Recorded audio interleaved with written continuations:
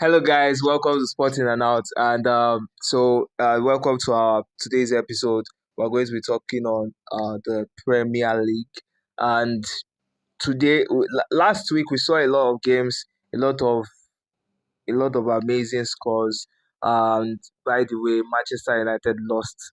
Uh, Man U.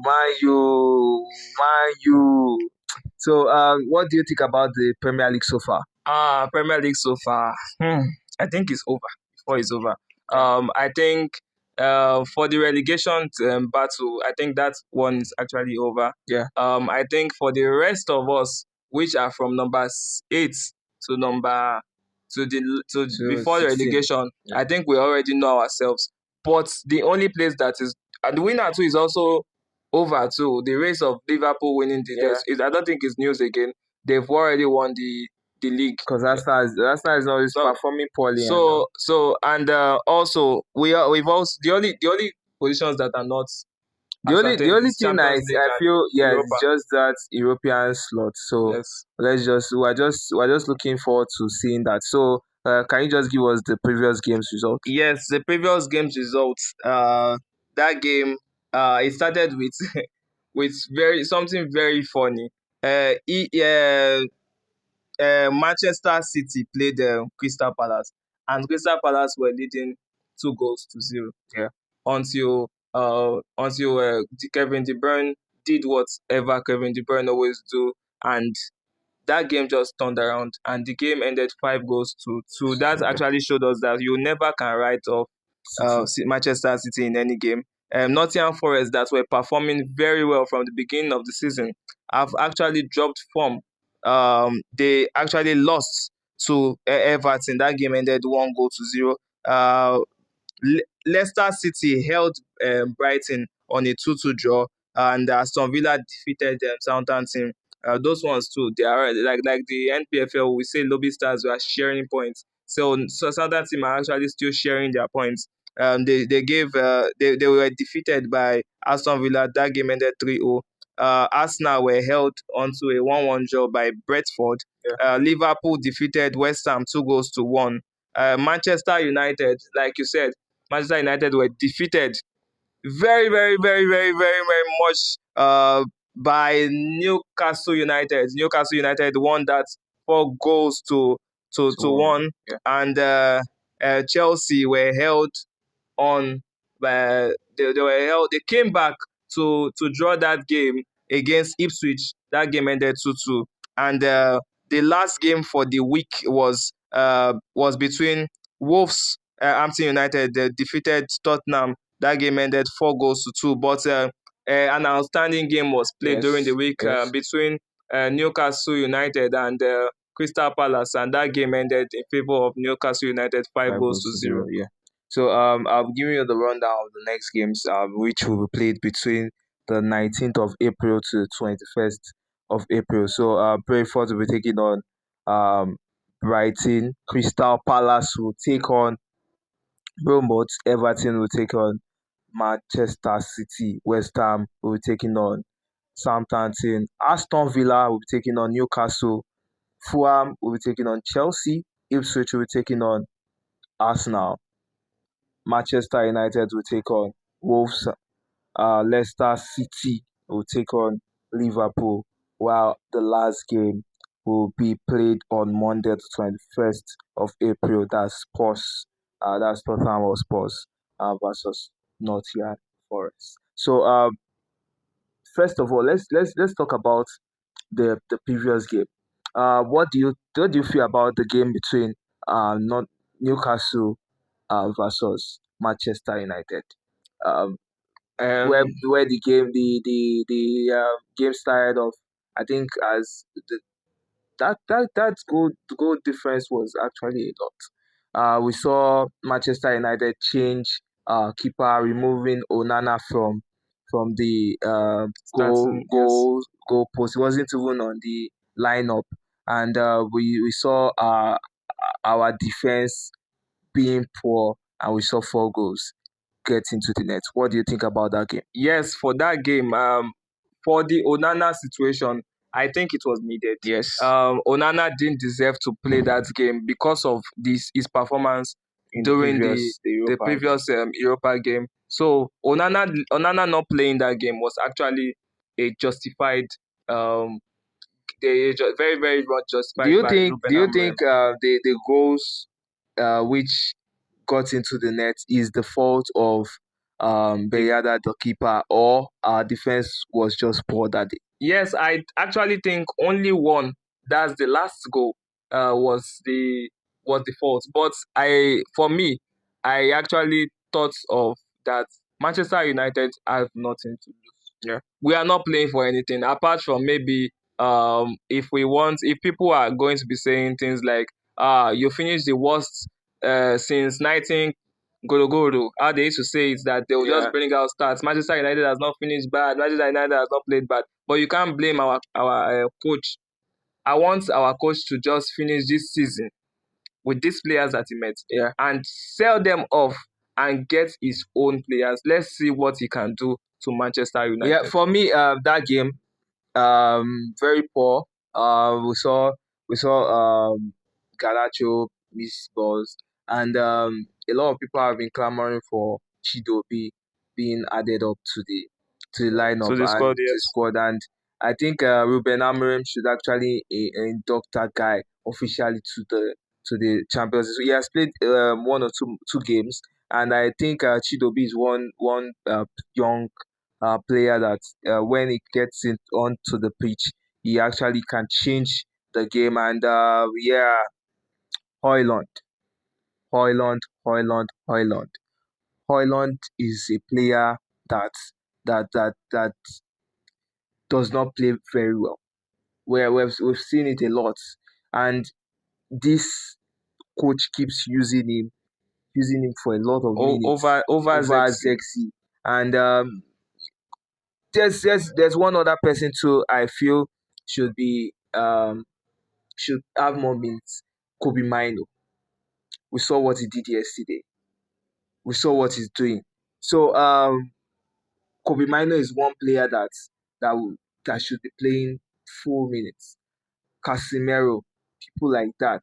But our defense was actually poor, and I'll just say that the three goals out of the four goals were the fault of the defense not being active, and I just feel that Newcastle as well is a very big team. And if you are playing against Newcastle defeated Chelsea. They defeated Arsenal. And Liverpool in the finals. They defeated Liverpool this season. So we shouldn't we shouldn't people shouldn't criticize Manchester United losing to Newcastle. Newcastle is not a small team anymore. Newcastle are gunning for the top four slots. So it is what it is. Yes, I think that's the only game that we're really going to be touching this week. You mentioned this next fixtures that Aston Villa will be taking on Newcastle. Newcastle, yeah. That is a game that I really want to watch because that table, we see that Newcastle have moved up to fourth, I To guess, third, to third this yeah. with their win They're winning um, to over yeah. Crystal Palace, and they want to maintain that run. Aston Villa as well also want to move to top Chelsea. Chelsea, yeah. So they are below Chelsea on the same points, but that goal difference was actually a very very tough And call. Chelsea are going to be playing Fulham. Fulham is not a small team. They have Yes, Alexi Iwobi in that and squad, Calvin and Bassey, Calvin and they Bassey, and defeated Manchester Manchester. United Yeah, and so Liverpool. and Liverpool. So we've seen what Fulham can do this season, and you can't write them off on in that game. So what do you think about Chelsea's next fixtures? Do you think they still have the chance to Make to make top top five. four? Yes, for Chelsea, I don't see that chance because we've actually seen teams that have a fighting spirit. Yeah, We've seen the the likes of Newcastle. Nottingham Forest first of all that have racked up points from the beginning of the season, Yeah. and they know that they need just like few wins to just secure that particular Chelsea position. has Liverpool. Chelsea has Manchester United. United. Chelsea has Arsenal. in this next fixtures. Yes, I don't see Chelsea coming out, to be honest. I see my top five this season is going to be, for me, is going even a top six, and Chelsea is not going to even be there. It's going to be Liverpool. Liverpool winning, uh, Newcastle no, Liverpool, Arsenal, Newcastle, Nottingham Forest, and should I say Aston Villa, because Aston Villa has a way of going on a run. For me, I would say Liverpool, Newcastle, Arsenal will drop to third. Arsenal, then say Nottingham Forest, then Aston Villa. So that's the top five for my own top five for this season. Yes, Uh, so so um, we so will. we'll be going to the topic of the day. So what Yes, the topic of the day today is going to be what do you think about Salah and Van Dijk's new new contract? contract? It's actually a juicy one. I don't really have the details right here with me, but it's actually a very very juicy one. What do you think it is for? Because Salah we know is a world class Yeah. player. Van Dijk as well, very very much a So world class defender. What do you think? How do you think going into the next season? Do you think they are going to be contending So for for title? me as a sports pundit, you have to listen to other sports pundits as well. So I was listening to a radio show and a sports pundit was actually analyzing that game and that deal, and he said it is a very good deal for Liverpool getting those players, getting them locked down till 2026 at 2027. 2027, and it's just he just has pity for Virgil van Dijk. For me too as well. I have pity for Virgil van Dijk. In this case whereby Virgil van Dijk and Mo Salah they are getting old, and the Premier League is getting intense, full of young talents, full of youths, and they are old lads. And we will see where um Virgil van Dijk plays the guy in quotes, the guy used the fine boy style of play, whereby you don't want to get Stress, dirty, you don't want to dirty your car and kneecaps, all that. you want to still play the fine boy style of football, you don't want to tackle a lot of people with pressure, you don't want to fall down, you don't want to injure yourself, you don't want to play that intense football, and the Premier League is getting intense whereby you have the teams like Nottingham Forest who has young players. You have Aston Villa getting young players. Manchester United next season would actually be playing in that Same. style of play where it's the young talents that Ruben Amorim will try to get to actually move Manchester United to the next level. I feel Ruben Amorim needs to do that, get all those players off that list and bring them down. Yes, for me, I actually like the contract. Yeah, I think the only player they could not persuade to stay it was Trent Alexander. Alexander-Arnold. He's the only player that's because Salah resigned, and But by the way, also Van Dijk also Trent Alexander-Arnold already has a contract Real with Madrid. Real Madrid. That was done probably early in the season, like early in the late season. So we saw that early this year rather. We saw that happening where we saw the news about Trent Alexander actually getting signed by By Real Madrid, Madrid and it will be starting the at the beginning end of of the season. yes. Yeah, so Trent, I think he wants to play the a Champions with a Champions League worthy side. Although Liverpool too is a Champions League worthy side, but I think Real Madrid is one team that actually needs him a lot. Yes, for me, I actually love. To be honest, I was saying we're talking about the contract, and the contract was actually looking very, very, very good for Mo Salah, most especially because The pay was the pay increased. was very, very, Yeah, very nice, juicy. and I think he's now one of the highest paid Yeah. players now. I think Mo Salah uh, is the biggest winner in this. He waited till the time where they would increase that his Salary. salary, and he was waiting for that moment to resign that contract. Yes, so I think that's it. We have nothing more to say. Mo Salah and Virgil van Dijk, congratulations on your new contract. Yeah. We'll be moving. That ends our show today.